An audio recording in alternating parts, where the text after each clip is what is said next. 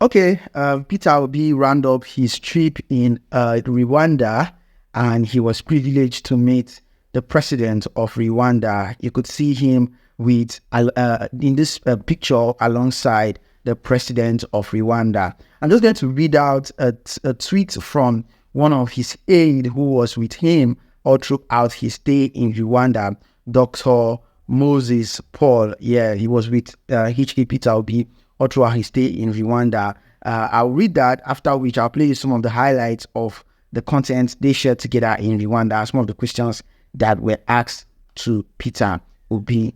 Well, the video you'll be watching, we do not have rights to it. It's all credited to Central News TV. Well, he said, my conviction in our collective dreams and struggle is irrevocable. Each day I travel alongside Mr. Peter Obi. His resolute dedication to the upliftment of society is not just inspiring, but profoundly transformational. Each time we journey together, I witness how Mr. Peter Obi engaged with high-profile experts and distinguished leaders across various sectors.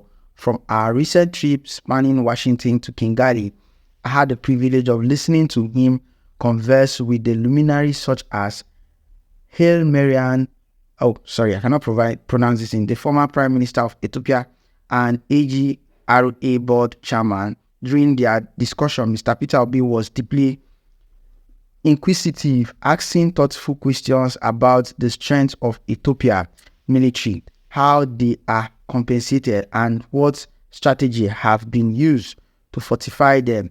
He approached this dialogue with the same depth when speaking to the Rwanda Minister of Foreign Affairs.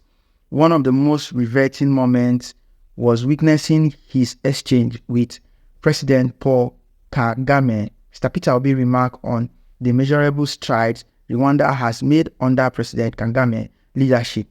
The humanity with which President Kagame responded acknowledged Rwanda's progress while maintaining a modest outlook was a powerful reminder of what leadership should be, driven by a relentless pursuit to better the lives of the people. What strikes me most, however, is not just Mr. Peter Obi's discussion with the world leaders, but how he constantly seeks the opinions of the average person on the street. When I asked him why he does this, he answered, "You only know if the government is doing well when you listen to the ordinary person. Governance is about the poor and vulnerable, and it begins and ends with them. If the ordinary person isn't thriving, everything else is a waste of time." Those words continue to resonate with me. For him, the true measure of success in governance is not reflected in grand statistics or eloquent speeches, but in the lives of the ordinary people. Governments are not for the elite living in glass towers, but for everyday citizen who struggle and triumph, define a nation progress. When the poorest among us thrive, we can confidently say the government is truly fulfilling its purpose.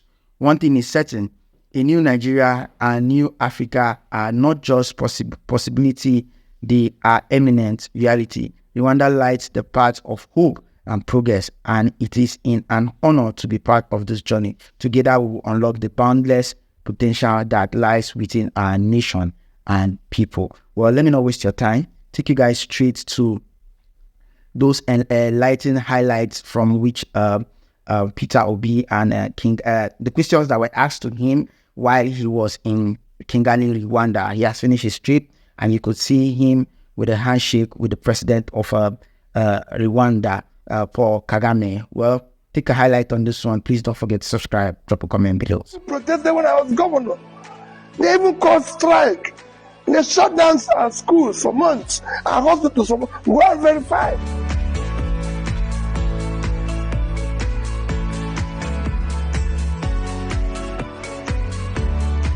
We need more transparency. And when you talk about transparency in terms of figures, you show it, you elucidate it. Figures are not 1 + 1 is 2. It's not something you say it's just 2 because of.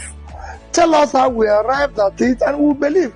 And when we talk about subsidy, I've continuously said, if we are removing subsidy, what are we replacing it with? Where are we applying that subsidy we removed to?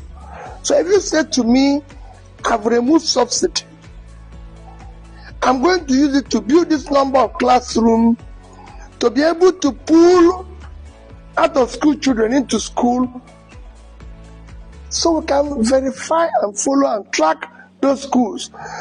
We have issue in health, primary health care, especially issue of infant mortality. Removal of resources will enable us to build this number of primary health cares in different, so that we can measure it. So you don't remove something without saying what is replaced and where we moving our money to. Or it's helping us to manage our debts.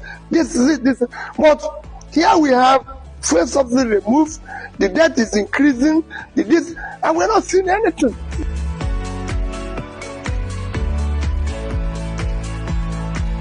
We have to continue our journey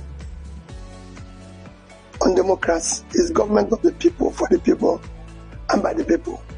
However, we need to tweak it where we have some level of parliamentary system in it, like is in South Africa. So we need to deal with issue of more scrutiny in our expenditure, in our borrowing, in efforts to be able to ensure that our scarce resources is prioritized to areas of urgent need for development, from security, food, all those areas, education. I'm not preoccupied about 2027 election. I'm preoccupied by Nigerians eating today and having a better life. I've said it before, my politics is not about the election. I am not desperate to be president, and I don't want to. What I want to hear is that fuel prices are coming down, bread is getting cheaper, Nigerians are not. You cannot be talking about 38 million Nigerians facing hunger, and I'm talking about next election. Let's talk about hunger. Let's talk about managing our resources today. Let's talk about doing the right thing, the right behavior, showing example to the younger ones, growing up that we're leaders.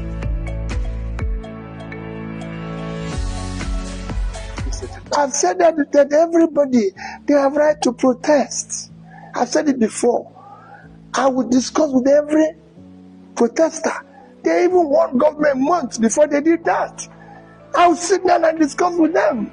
People protested when I was governor. They even called strike.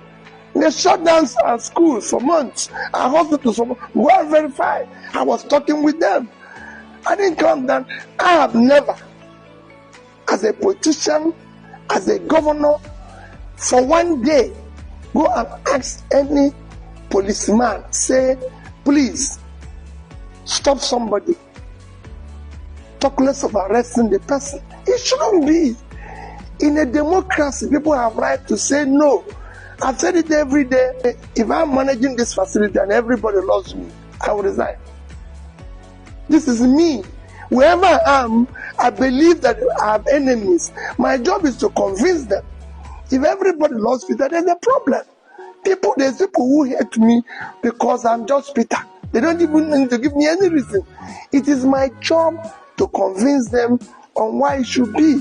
I convince the teachers why we should return schools to missionaries, and they've seen the result.